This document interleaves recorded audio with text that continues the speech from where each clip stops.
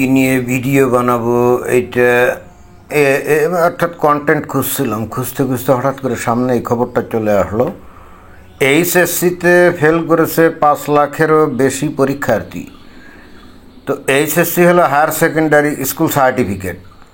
Higher secondary school certificate পরীক্ষাতে এখন বাংলাদেশে কতজন পরীক্ষা দিয়েছিল আমি জানি না, কিন্তু যদি তার মধ্যে 5 লাখ ফেল করে তাহলে এটা তো বিশাল একটা সংখ্যা, এবং বলা বাহুল্য এটা দেশ ও জাতির জন্য মঙ্গলজনক কোনো কিছু না।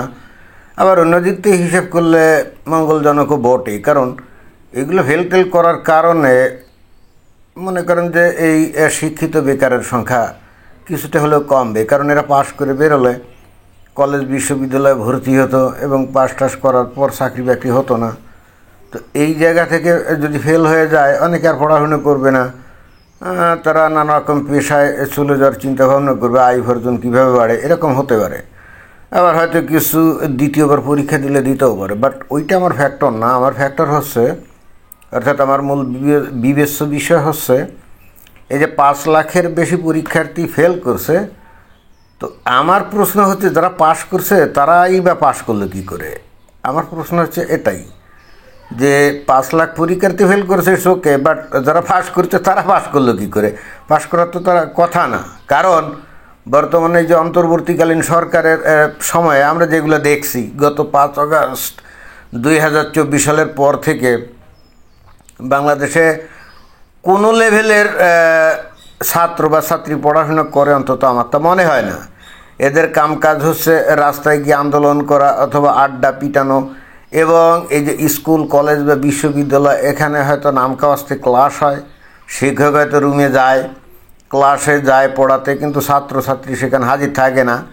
ছাত্রছাত্রীরা এখন জানে যে তারা এখন দেশের হর্তাকর্তা, এবং দেশের হর্তাকর্তা হতে গেলে অর্থাৎ মন্ত্রী মিনিস্টার হতে গেলে ওই ছাত্র অবস্থাতেই সেটা হওয়া সম্ভব। আর যারা নাকি সেই সুযোগ পাইল না তারা সমন্বয়ক টাইপের বা বৈষম্য বিরোধী আন্দোলনের নেতা এই ধরনের তকমা লাগিয়ে তারা কিন্তু নানা কায়দায় নানাভাবে আয় উপার্জনও করতে পারে, এবং কিভাবে আয় উপার্জন করতে পারে সেটা তো আমরা দেখছি বা জানি।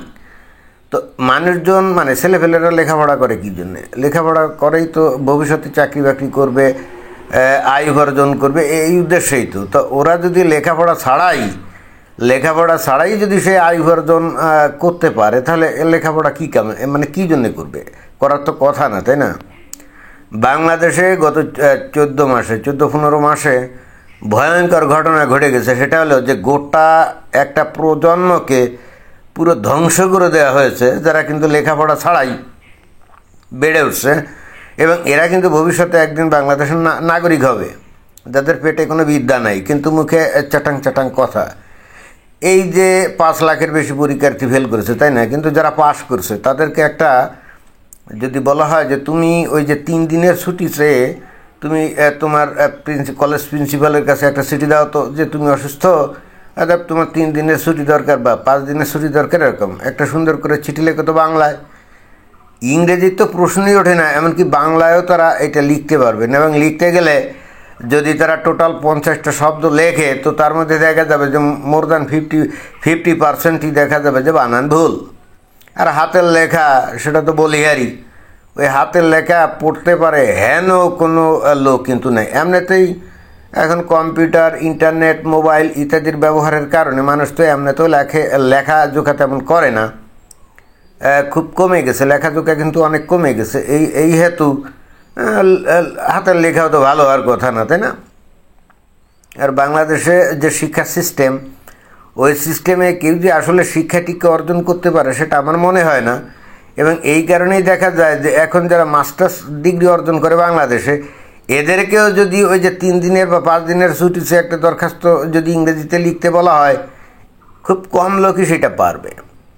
তো আমি জানি না যারা পাশ করছে তারা কিভাবে পাশ করলো, আর করেই বা ফায়দা কী?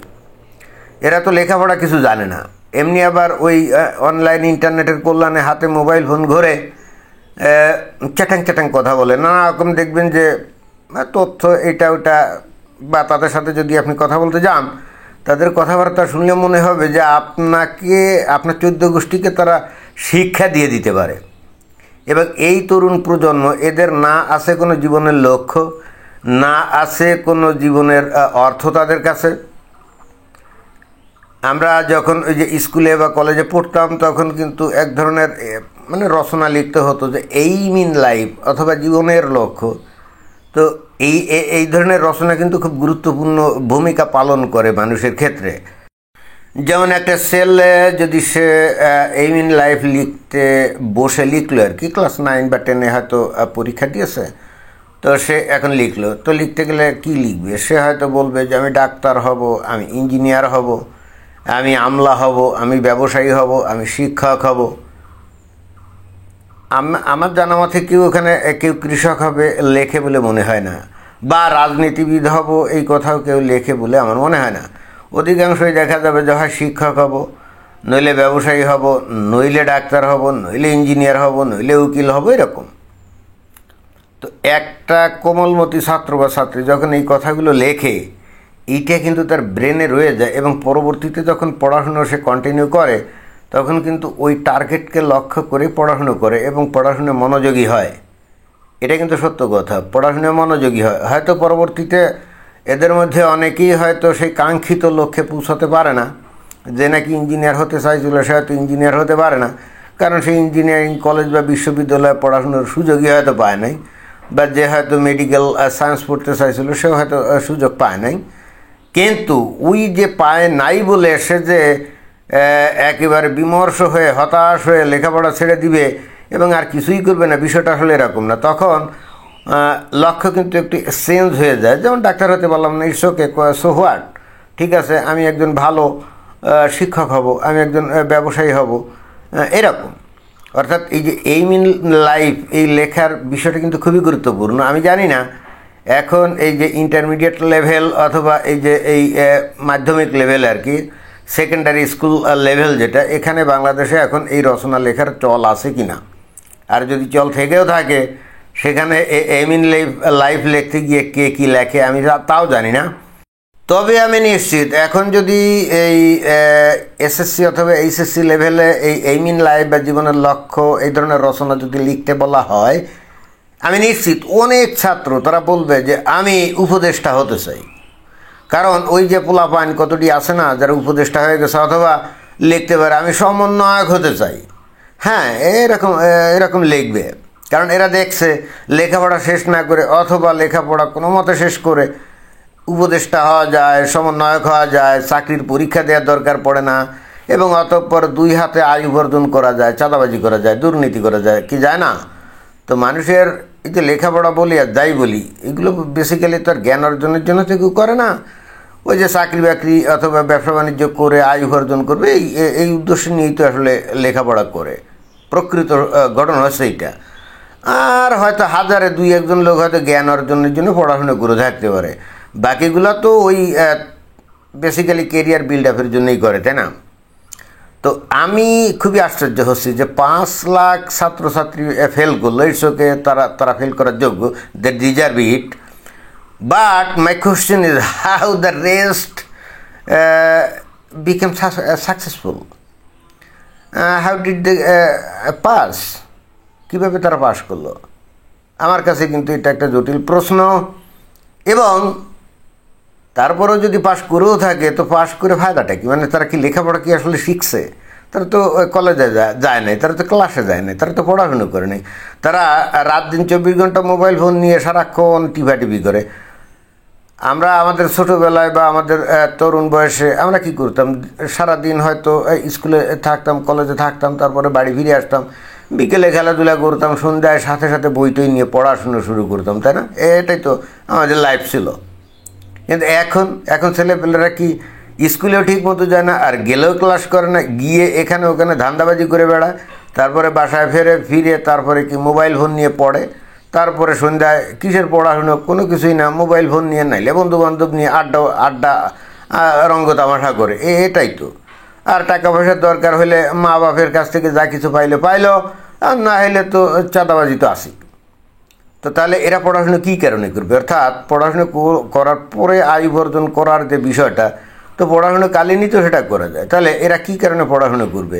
এবং যে কারণে বস্তুত বাংলাদেশের লেখাপড়ার মান একেবারে কঠিন অবস্থার দিকে যাচ্ছে, এবং এই বিষয়ে দেখে আমি একটা গ্যারান্টি দিয়ে বলতে পারি। সেটা কি? সেই গ্যারান্টিটা হচ্ছে, বাংলাদেশে অনেক ছাত্রছাত্রী কিন্তু যে বাইরে বিদেশে পড়ার জন্য দরখাস্ত করে, তাই না? আমার ধারণা এই বছর থেকেই যারা নাকি এরকম দরখাস্ত করবে, যত ভালো রেজাল্টই হোক না কেন, শতকরা একজনকেও ওই বিদেশি বিশ্ববিদ্যালয় বা শিক্ষা প্রতিষ্ঠান এদের দরখাস্ত গ্রহণ করবে আমার তো মনে হয় না। অর্থাৎ বাংলাদেশের ছাত্রছাত্রীর ভাগ্য কিন্তু শেষ, কিন্তু তারা তো এত চিন্তাভাবনার মধ্যে নাই, তাই না? এবং শিক্ষা সিস্টেম বা শিক্ষা ধ্বংস করার পিছনে আওয়ামী লীগের একটা বিশাল ভূমিকা আছে। তারা গত 15-16 বছরে বাংলাদেশের মানুষদেরকে বা ছাত্রছাত্রীদেরকে প্রকৃত শিক্ষিত করে গড়ে তোলার জন্য খুব একটা তেমন কোনো কিছু করছে আমার নজরে সেটা পড়ে নাই। একমাত্র প্রাইমারি স্কুলের জন্য ওই যে বছরের একেবারে প্রারম্ভে বইপত্র দিত, ঠিক আছে, তবে বইপত্র দিয়ে ফায়দাটা কি? পোলাপান যদি লেখাপড়াই না করে তাদের বইপত্র দিয়ে ফায়দাটা কি?